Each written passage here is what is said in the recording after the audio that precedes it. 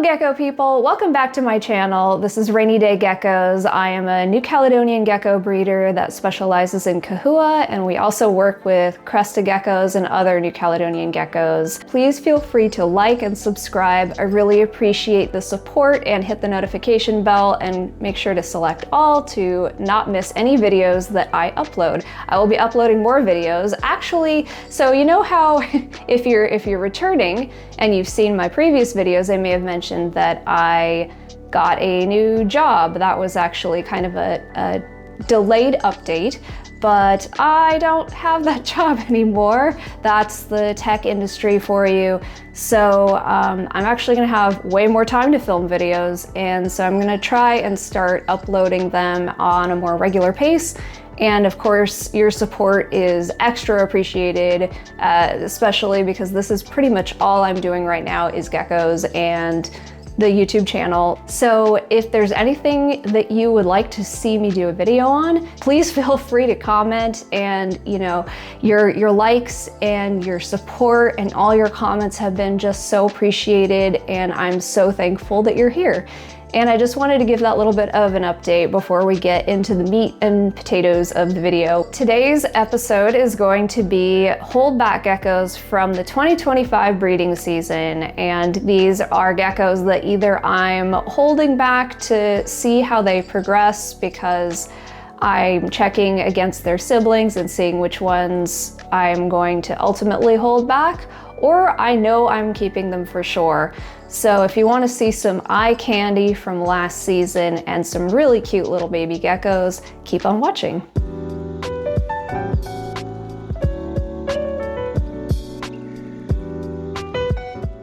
So let's see how this goes. I'm going to do my best to show them clearly, but this is a diamond and topaz holdback, my one holdback from the pair for the season.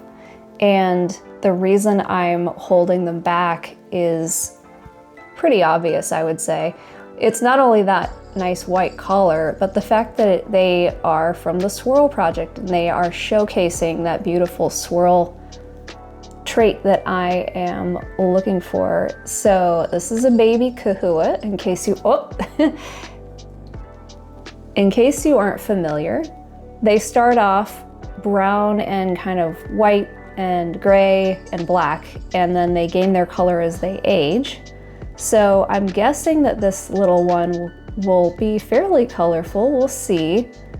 But the thing that excites me the most is that pattern and the fact that you get the white collar making kind of a gradient with the swirls, and it looks really cool. It's just really unique. I'm so excited to watch this one grow and just see how that gradient translates once color starts coming in, and see if the contrast remains as it grows too.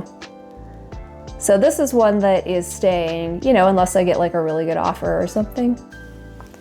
So this next one might be my favorite holdback of the whole season. It's kind of tied maybe with one other, but this is PBI 125.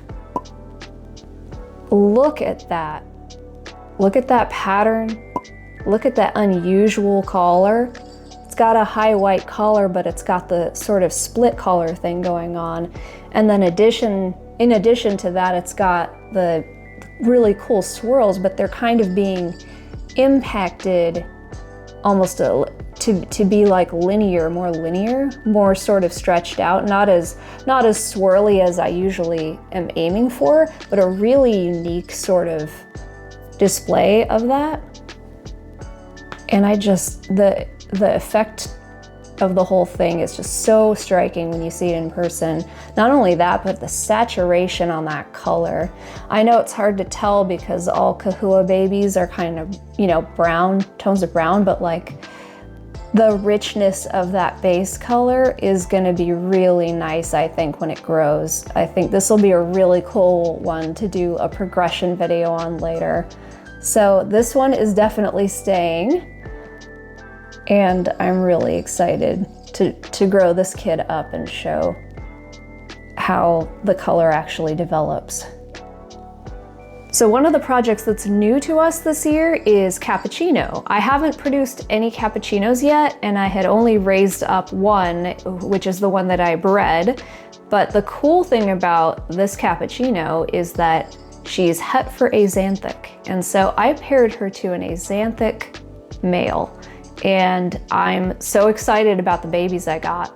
I'm going to show you some of the ones that I think might be both axanthic and cappuccino, which I don't know how many of those are in the United States, but I don't think it's many.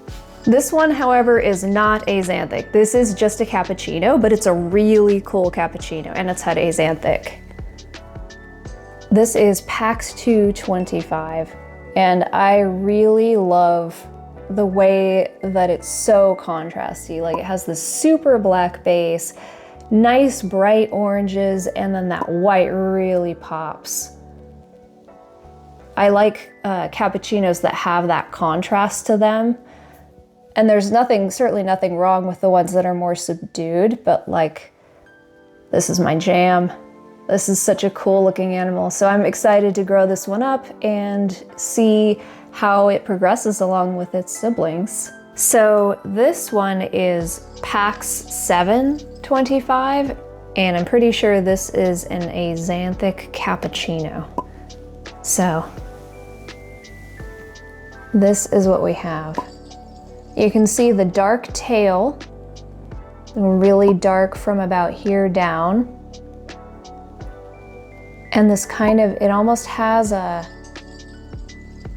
like, it's hard to explain, but it's like not a translucency. That's not really what it is. They almost have kind of a gummy candy look to them. I can't really explain what that means, but they have this, like, you know, like really soft, really kind of a little bit like fuzzed out look. I don't know if it's that there's phantom, or if it's that it's an axanthic cappuccino and that's kind of an effect that it has, but it just has a really unique look to it. And it's very dark, but not quite as dark as ones that I've seen that are just axanthic or just cappuccino. It has a bit of a softness to the darkness, even when it's fully fired. And it's just got a really cool look to it.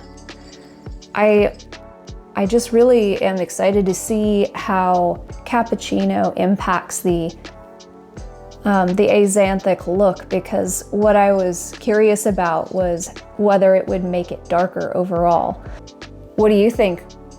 Do you think that the cappuccino will have that effect, or do you think it will have some other effects? I'm really curious what other people working with these two genes think might happen with this combination. This is the first one that came out that I was like, I think this is it. I think this is an axanthic cappuccino, but this is Pax 425. And it's got that same kind of way that there's like the crispy white. Oh, hello, my goodness. The sort of like sharp, crisp, white parts, and then everything else is kind of blanked out. It has that same dark tail and the same kind of hourglass on the tail that the other ones have. This is the final one that I'm thinking might be axanthic cappuccino. This is Pax 1025, very little tiny one. Oh my goodness. Really cool pattern on the back of this one. I really like the sort of tiger striping. Pumpkin Spice has tiger striping that's really cool. She's actually an orange cappuccino, and she has tigering that is almost like a rust color. But all the babies have ended up being dark, and I'm pretty sure that's because Axe, if he wasn't axanthic, would be a dark base. Her tigering is really coming through on this little one. Something that I think is also potentially a tell that this one might be cappuccino is that the head pattern is sort of like getting emptier. Like you can see it's darker, like the whole head is kind of dark, but it's darker here and it's been getting darker. Don't know if that's the axanthic, but you can see how dark that tail is. I'll insert a shot of this one when it was hatched as well. But yeah, experts out there, let me know which of these ones that I'm thinking might have both, if you think they have both. So this is probably my favorite axanthic holdback, apart from the ones that are possibly cappuccino axanthic. This is CAX125. And just look at how that empty back and the axanthic mix together, making a really, really dark axanthic with perfect white markings. And I sold a similar one to this with maybe a bit more of breaks in the pinstriping at the Puyallup Reptile Show, which is the Pacific Northwest Reptile Show, or PAC NWRS is the acronym. And I have a couple more as well. But this one is one that I'm thinking I might hold back because it's just really, really dark. And I think this is gonna be a perfect blend in with my super empty back project, which is why I got this specific axanthic male, because he's bringing that empty back to the party.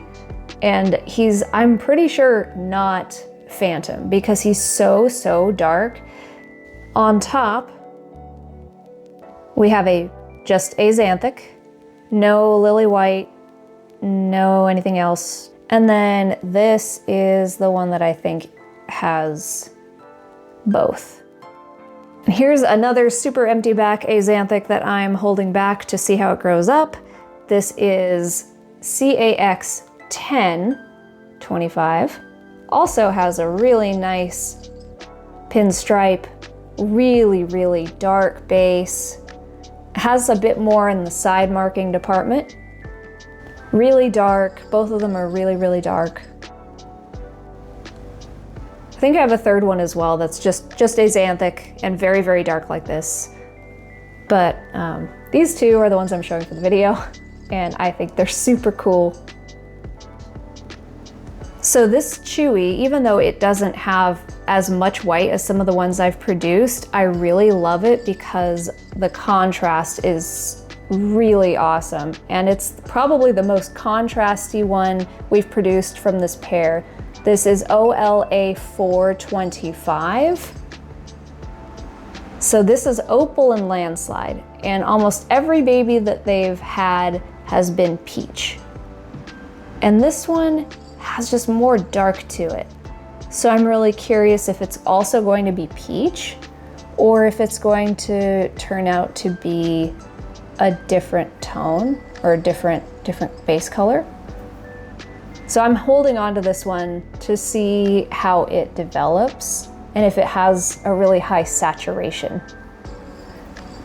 But I think it has a lot of potential, and those dark, I love those dark markings by the eyes, those stripes, and then the dots down the back. I love that there's no connected back stripe. A lot of the ones that we produce have a full connected back stripe. This one, like I really like, has just dot, dot, dot, dot all the way down. And then just all of that dark patterning on the face and the sides and the tail, in addition to that nice big white collar. This is the sibling to the one that I just showed you. This is OLA325, and you can see probably that it's lighter overall. The color looks a little bit more, I don't want to say pastel, but you know, a bit lighter in color compared to the prominent sort of darks and saturated tones that the previous one had. These are both holdbacks right now, but I might release this one. Even though it has more white than the sibling I showed, I just, you know, this one is a bit more typical of what they produce, and I love what they produce. I think they make some of the most beautiful babies. I'm just curious about that other one and how it's gonna turn out. I'm wanting to do more work with kind of figuring out how the genetics are interacting and whether there's any predictable pattern that we can start to see in these pairings that we're making. So I'm just kind of noting the coloration of the animals that I am producing and how they turn out. One of the other new projects that we have going on that we started in this last breeding season producing for is the one that I'm calling my Everything Bagel project, but it's essentially a patterned Super Dalmatian project. That's the aim for this, is to have tigering, patterning, as in cream, and Super Dalmatian with an orange base all on one gecko. And I'm really excited with how this first batch has turned out. So far, it looked like about half and half phantom and non-phantom babies. And the ones that are my favorite, of course, are the ones that have the cream. And this is probably my favorite of those. I really love the huge spots that are already starting to show up. And I'm not very familiar with working with Dalmatians. I've only had like regular Dalmatians, not Super Dalmatians before. The dad is definitely Super Dalmatian, and I'm really excited to see all the spots develop and see how much they change over time. So I'm holding back pretty much all of these babies just because I've never really worked with Super Dalmatian before, and I don't know how dramatically they'll change. But definitely hanging on to all the ones that have the cream because that is what I'm looking for. Here's another Everything Bagel holdback. This is PTC 425. And it's probably hard to see. I'm trying to get the camera to focus, but there's a lot of teeny spots that are starting to pop up. And this little one is very small. So there's a long way to go and develop with the spotting. It has less tiger striping, but that base is really vibrant. Definitely has that cream, and I'm curious to see how the spots will grow as it grows. So this one I'm definitely holding back and watching. I think it has some really pretty blushing too. Let's see if I can show it.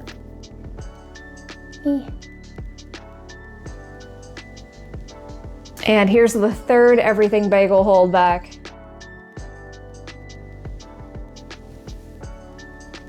Lots of tigering on this one. Lots of spots coming in. Some really big ones. A lot of the spots seem to be kind of at the very edge of the dorsum on these kids, like the placement. This one also has, like, I see a lot of pattern popping on this one. I think this one's gonna have lots of cream as it develops. So even though it may not be quite as vibrant right off the rip as the other two I showed, the markings are really cool. Oh, I love how that tigering really interrupts the cream on the dorsum. It makes it chaotic. And that's what I'm going for with this project. It's the opposite of the empty back axanthic / super empty back project, which is very clean, very straight lines. This is all chaos, and I love it. So last but not least is our first gargoyle gecko that we've ever produced here. Presenting MRA1. I am in love with this little gargoyle. I love banded orange super blotches. It's what the project is all about. And this has all of that. And it's so small. I'm so excited to see how this pattern spreads. I'll see if I can bring it closer to you. I'll definitely also insert images of it if I can take some better stills. But hopefully you can see the amount of pattern that's on it, including on the head a little bit. And it looks completely different when it's unfired. As gargoyle gecko people know, these guys fire up and down pretty dramatically. All of that dark striping fades way down and you basically get an orange and white gecko. It's really cool looking. I think that this orange is going to turn more red as it ages. I was hoping, you know, I'm hoping for it to stay orange, but it seems that when they're this orange this early, they go red, which I also think is beautiful. I think it's just gonna be really cool watching this one develop. I'm so unfamiliar with gargs still. I've only raised a few of them at this point. So, very excited to see how this one matures. So those are the holdbacks. I'm really stoked about all the different new genes that we're getting to work with and play with. If you enjoyed this video, please hit like, subscribe, comment down below, and hit the notification bell to get notified every time I upload a new video. I would love to know down in the comments which was your favorite and what you're working on for 2026. Have a great day, and I will see you on the next one.